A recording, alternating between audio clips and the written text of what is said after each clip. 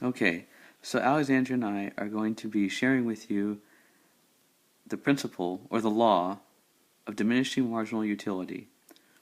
Now, you really can't talk about diminishing marginal utility without talking about demand and supply, and you really can't talk about it without discussing also what a company does to keep you coming back for their product. So, what we're going to do is we're just going to pick one product and focus on that over time. So, we're going to look at demand over time and just see what can affect the demand of said product. And unless it's just going to be kind of generalized and made up, but the whole point is just to get just this law across. So first we're going to pick that product. And do you have any product suggestions, Alexandra? Flat iron. Okay, so we're going to pick flat iron.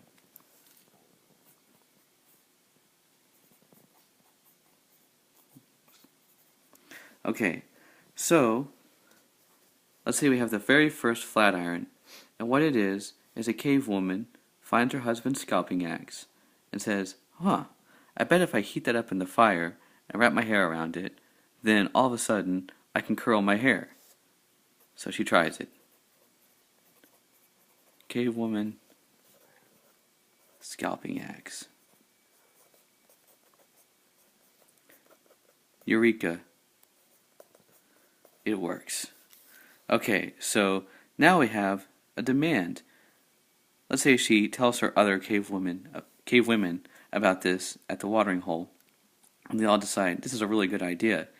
But you really won't see demand be very high because she can only tell so many people about it, and the axes are pretty rare and hard to come by. Iron is not something that is readily available, and so the demand will stay relatively low. Now, let's say we get a little bit further on and we get to the Victorian era.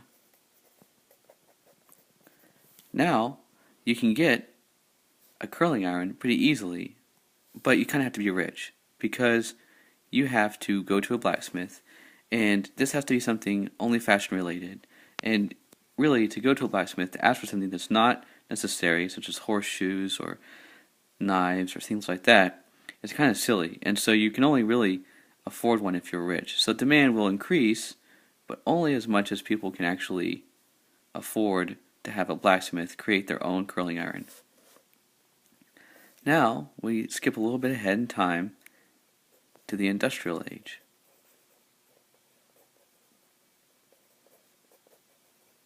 Now, all of a sudden, iron is very readily available.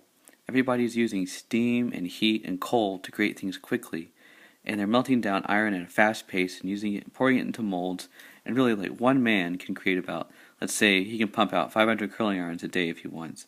So all of a sudden, it's going to be cheap and available. And because it's cheap, remember that demand is related to desire, availability, and willingness to go out and get it.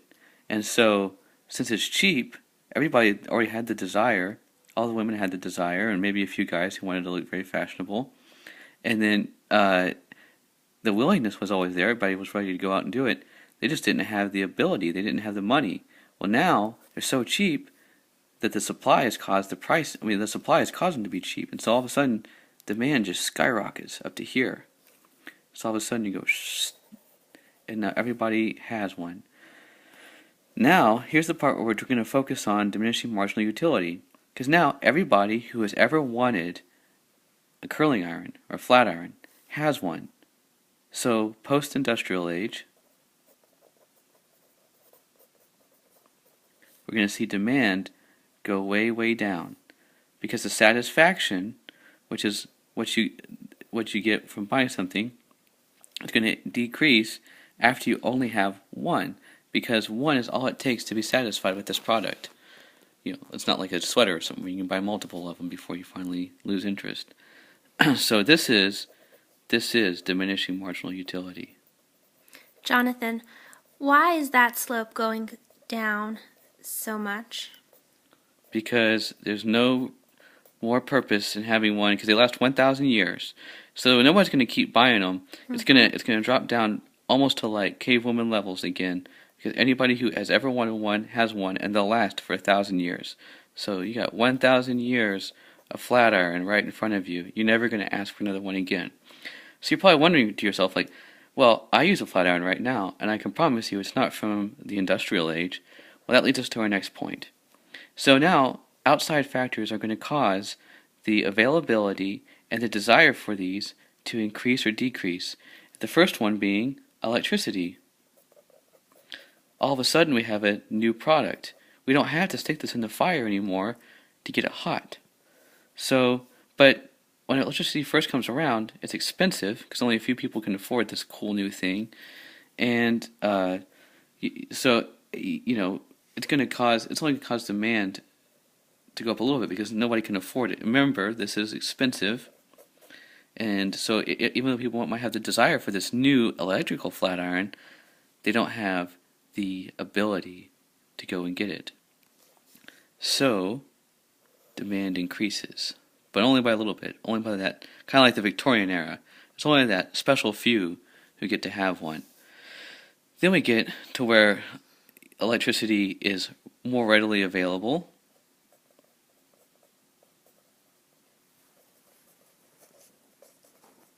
And all of a sudden you'll see a huge increase again. Because now everybody who has this product, the Victorian era curling irons, which lasts 1,000 years, they're kind of like, they're not satisfied with their product anymore. They can look at their neighbor and say, whoa, they have a way cooler one that heats up instantaneously. They don't need to start a fire for it. And so the demand and all of a sudden the availability is there. And so now the willingness has always been there, that the desire is there, so it goes back up. And then you see something kind of interesting happen. Yeah, you have the post-electricity, like post-cheap electricity. And you'll see it go back down again. Again, this is the diminishing marginal utility. But now you're going to see something really interesting. And this is probably what you've had in the back of your mind this whole time. So what about now? Now that everybody you might even say to yourself, I have a sister, or I go out, or my mom goes out, or whatever, and we buy flat irons all the time. Well, now we have the plastic age. And this makes it very interesting.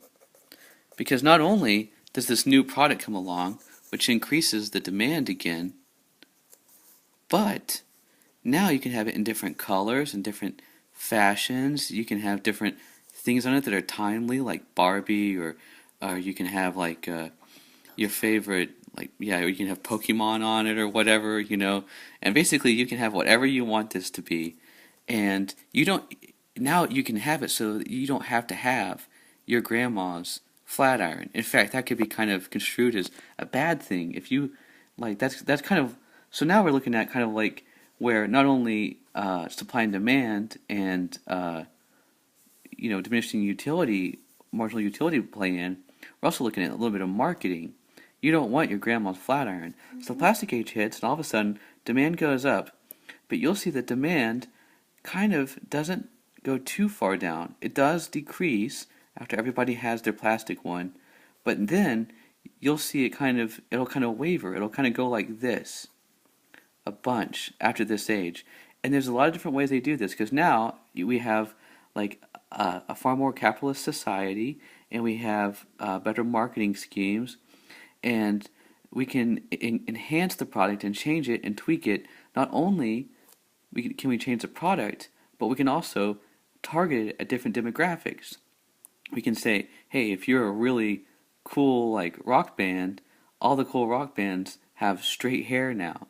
And it's only cool to have straight hair or curled hair as a rock band. And so guys might all of a sudden have a strong interest in having their own flat iron. And so we'll see that the product changes, and we can actually have